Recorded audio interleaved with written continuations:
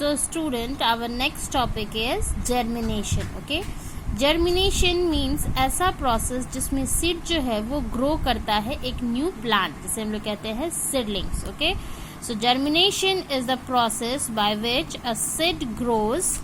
Okay, germination is the process by which a seed grows into a seedling. Underline this sentence student. ये जो sentence है इसे हमें underline करना है. Okay,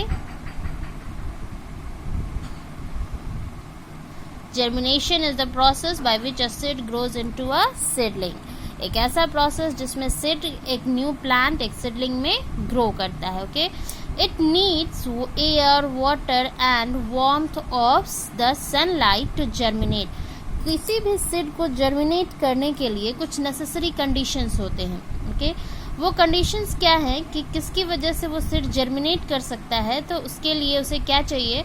air, water and sunlight, warmth of sunlight चाहिए germinate करने के लिए. ओके स्टूडेंट, अगर इन तीनों में से उसे एक भी चीज़ मिसिंग हुआ, किसी भी सीड को अगर इन तीनों नेसेसरी कंडीशन में से अगर एक भी कंडीशन नहीं मिला तो वो सीड जर्मिनेट नहीं करेगा. अब यहाँ देखिए, एयर उसे किस लिए चाहिए? सीड एयर का क्या करता है? A seed needs oxygen from the air to breathe. Seed जो है वो जो ब्रीथ करेगा उसके लिए उसे ऑक्सीजन चाहिए, और ऑक्सीजन उसे कहाँ से मिलेगा? एयर से मिलेगा.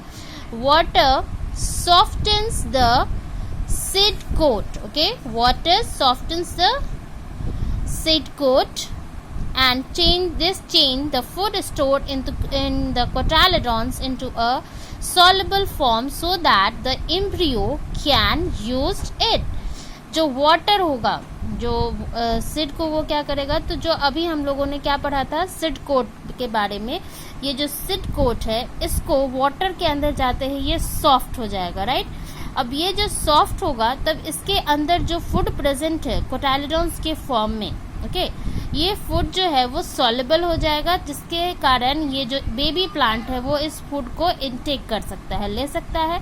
तो इसे फूड मिल गया, एयर मिल गया. राइट, अब इसके अंदर जो न्यू है, अब इसको क्या चाहिए? तो इसको चाहिए गर्मी. तो ये जो सनलाइट है वो इसको क्या देता है? वार्मथ देता है. तो sunlight is necessary for a seed to germinate. Okay, तो इस तरह से हम लोगों ने देखा कि इनके लिए तीनों नेसेसरी कंडीशन कौन कौन से हो गए किसी भी सीड को जर्मिनेट करने के लिए? Air, water and the warmth of sunlight. Okay, on getting the right condition the embryo becomes active and grows. जब इसे राइट कंडीशंस मिल जाते हैं, ये तीनों कंडीशंस मिल जाते हैं, तब ये क्या करते हैं? वो एक्टिव हो जाते हैं. उन्हें सांस लेने के लिए ऑक्सीजन मिल गया, खाना, उन्हें फूड जो है वो मिल गया, न्यूट्रिशन मिल गया, साथ ही साथ उन्हें वार्मथ भी मिल गया. तो ये सारे एक्टिव कंडीशंस और ये सारे कंडीशंस मिलने के बाद वो एक्टिव हो जाते हैं और एम्ब्रियो जो है वो बेबी प्लांट को फॉर्म करता है. जब ये पहली बार ये फॉर्म करेगा, इसमें से सीडलिंग्स आता है, तो सबसे पहले ये डाउनवर्ड नीचे की तरफ जाता है. ओके, और जो नीचे की तरफ पार्ट जाएगा वो पार्ट क्या हो जाएगा? रूट. यहाँ हम देख रहे हैं पिक्चर में, इट्स अ सीड. इसे क्या किया गया? तो मॉइस्ट सॉइल के अंदर डाला गया, नमी वाले सॉइल के अंदर डाला गया. अब जब ये सॉइल के अंदर गया तो मॉइस्ट मीन्स व्हाट? आपने देखा होगा अपने घरों में अपने पापा को, अपने ग्रैंड पेरेंट्स को या गार्डनर्स को भी आपने देखा होगा, सबसे पहले वो क्या करते हैं? सीड को सो करने से पहले वो उसे हल्का करते हैं. राइट, जिसके कारण जो एयर है उनके बीच के पैसेजेस में इसमें वो एयर आकर के इसमें ट्रैप हो जाए, और एयर ये इसको क्या दे देगा?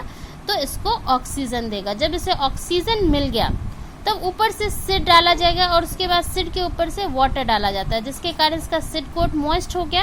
राइट, अब ये जो सीड कोट लूज होगा तो इसको ये सॉल्युबल फॉर्म में वाटर फूड ले सकता है.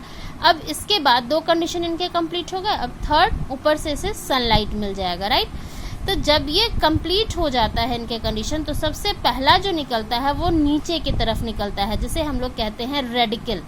क्या कहते हैं? रेडिकल कहते हैं. और इसी रेडिकल से रूट सिस्टम बनता है. राइट, यही रेडिकल नीचे धीरे धीरे जाएगा और इसे क्या फॉर्म करेगा? Root system. उसके बाद ऊपर की तरफ एक जो छोटा सा ग्रो कर रहा है यहाँ, वो ऊपर की तरफ डाउन अपवर्ड जाएगा, जिसके जिसको हम लोग क्या कहते हैं, प्लूमुल कहते हैं। ओके, प्लूमुल जो है वो सूट सिस्टम को फॉर्म करता है। इस सूट सिस्टम में stem, leaf, branches, fruits, flower, ये सारे इस पे फॉर्म करते हैं। ओके, तो मेन बेसिकली जो सीडलिंग्स डेवलप हुआ है उसमें 2 पार्ट्स हो गए, एक रेडिकल और दूसरा प्लूमुल। रेडिकल से क्या फॉर्म किया है, रूट सिस्टम, एंड प्लूमुल से सूट सिस्टम। तो इस तरह से जब ये दोनों सिस्टम कंप्लीट हो जाता है उसके बाद ये नीचे डेवलप करता चला गया, इसका रूट फॉर्म हो गया, और ऊपर की तरफ जब ये सूट सिस्टम फॉर्म कर गया तो इससे एक एडल्ट प्लांट डेवलप कर गया। So this is the conditions of germination.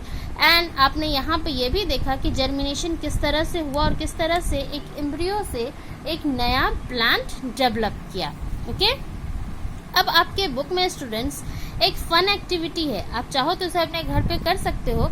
आपको करना क्या है कि 3 बीन सीड्स लेने हैं। ओके, बीन सीड्स लेने के बाद आपको क्या करना है कि आपको सबसे पहले आप मटेरियल्स क्या क्या लेंगे, तो 3 बीन सीड्स लेंगे, थ्रेड्स चाहिए हमें, उसके बाद हमें क्या चाहिए, एक प्लास्टिक स्केल चाहिए, and a glass half filled with water, एक ग्लास चाहिए जिसमें हाफ फिल्ड वाटर होना चाहिए। अब इसके बाद हमें क्या करना है, जो तीनों सीड लिए हैं उसमें हमने मार्क करना है A, B एंड C। जो 3 बीन सीड्स हम लोग लेंगे उसे हम लोग मार्क करेंगे A, B, C।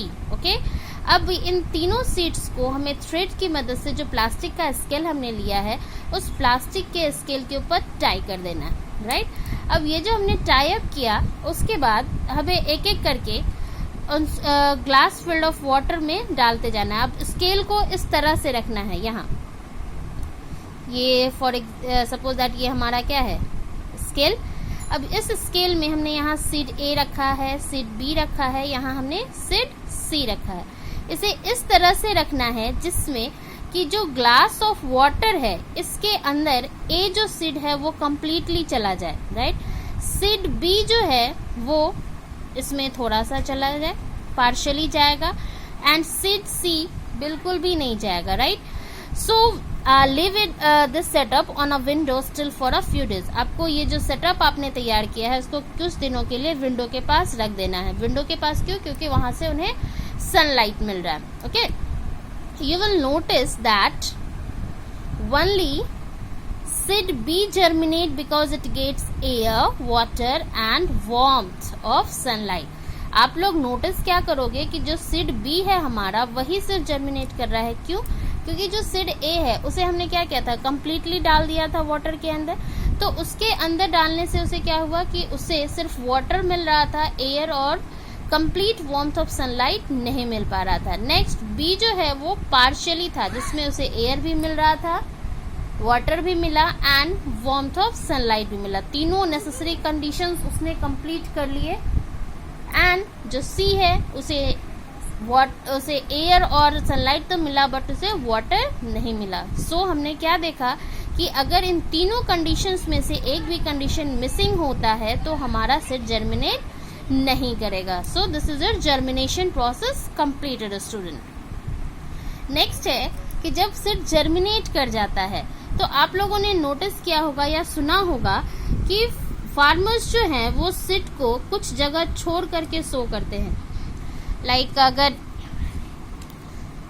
ये उनका फील्ड है, राइट, तो फार्मर्स जो हैं वो क्या करते हैं, सीड्स को थोड़ा स्पेस छोड़ करके उन्हें सो करते हैं। ये जो स्पेस होता है ये क्यों सो करते हैं, ये जब उन्हें सीड्स को मिट्टी में डालते हैं तो वो उसके बीच में स्पेस क्यों छोड़ते हैं, राइट। तो इसका आंसर है हमारा इस नेक्स्ट टॉपिक में सीड डिस्पर्सल में। Okay, seed must fall at a distance from the parent plant. जब वो सीड ऊपर से नीचे गिरते हैं तो वो पेरेंट प्लांट से दूर गिरते हैं, या जब भी हम सीड को सो करते हैं उसके इस बीच में स्पेस छोड़ते हैं। ऐसा क्यों करते हैं, तो इसका एग्जाम्पल आप समझो कि जब आपका कोई भी रूम है, आप जिस रूम में रहते हो वहाँ पे आप या आपके ब्रदर सिस्टर जो भी हैं वो आप दोनों मिलके रूम शेयर करते हो। अगर आप आपके रूम में आपके जो रिलेटिव्स हैं वो आ जाए, दो पर्सन के रहने वाले रूम में अगर 10 पर्सन्स आ जाएं तो आपको क्या सबसे ज़्यादा कम होगा, स्पेस की कमी होगी, सफोकेशन बढ़ जाएगा, राइट।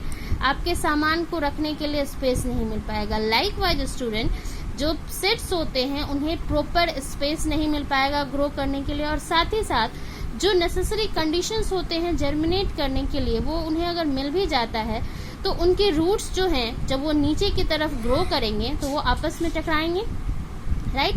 सो इन सब से बचने के लिए उन्हें क्या करना होगा, तो सीड का डिस्पर्सल होना इम्पॉर्टेंट है।